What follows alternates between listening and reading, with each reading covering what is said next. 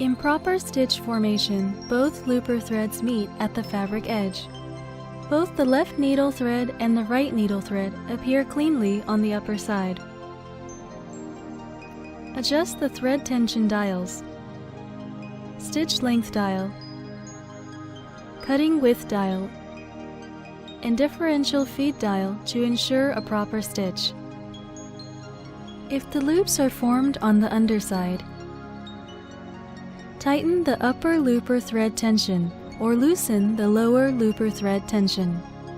If the loops are formed on the upper side, tighten the lower looper thread tension or loosen the upper looper thread tension. If the right needle thread forms loops on the underside, tighten the right needle thread tension. If the left needle thread forms loops on the underside, tighten the left needle thread tension.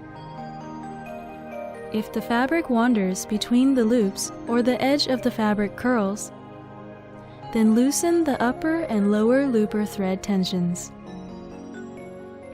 If the fabric puckers during sewing, then loosen the right and left needle thread tensions. Adjust the stitch length using the stitch length dial. The stitch length is infinitely variable from 1 to 4 millimeters.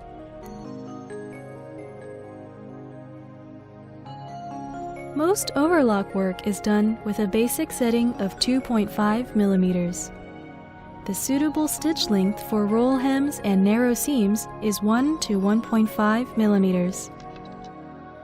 If the loops seem to be too loose or the fabric wanders between the loops, adjust the cutting width dial.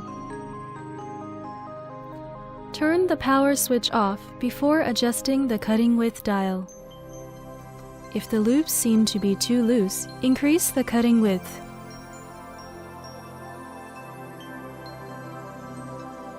If the fabric wanders between the loops or the edge of the fabric curls, reduce the cutting width. The differential feed dial produces perfect seaming on stretch or closely woven fabrics. Turn the dial to a larger number for knits or stretch fabrics. Turn the dial to a smaller number for nylon or tightly woven fabrics. Presser foot pressure is adjustable by turning the presser foot presser knob.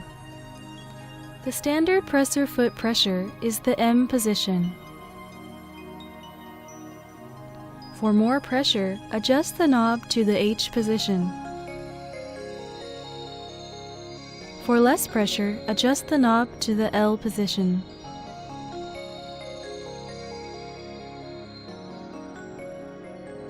To carry out sewing without cutting the materials, deactivate the upper knife. Turn the power switch off before deactivating the upper knife. Turn the upper knife changeover knob to lower the upper knife.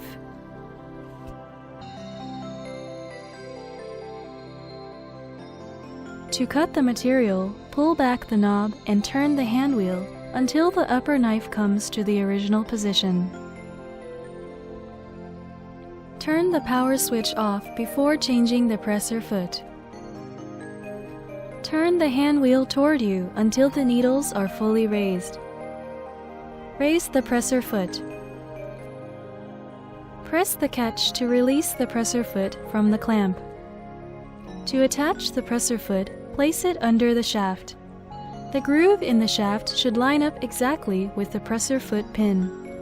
Lower the shank and the presser foot will engage automatically.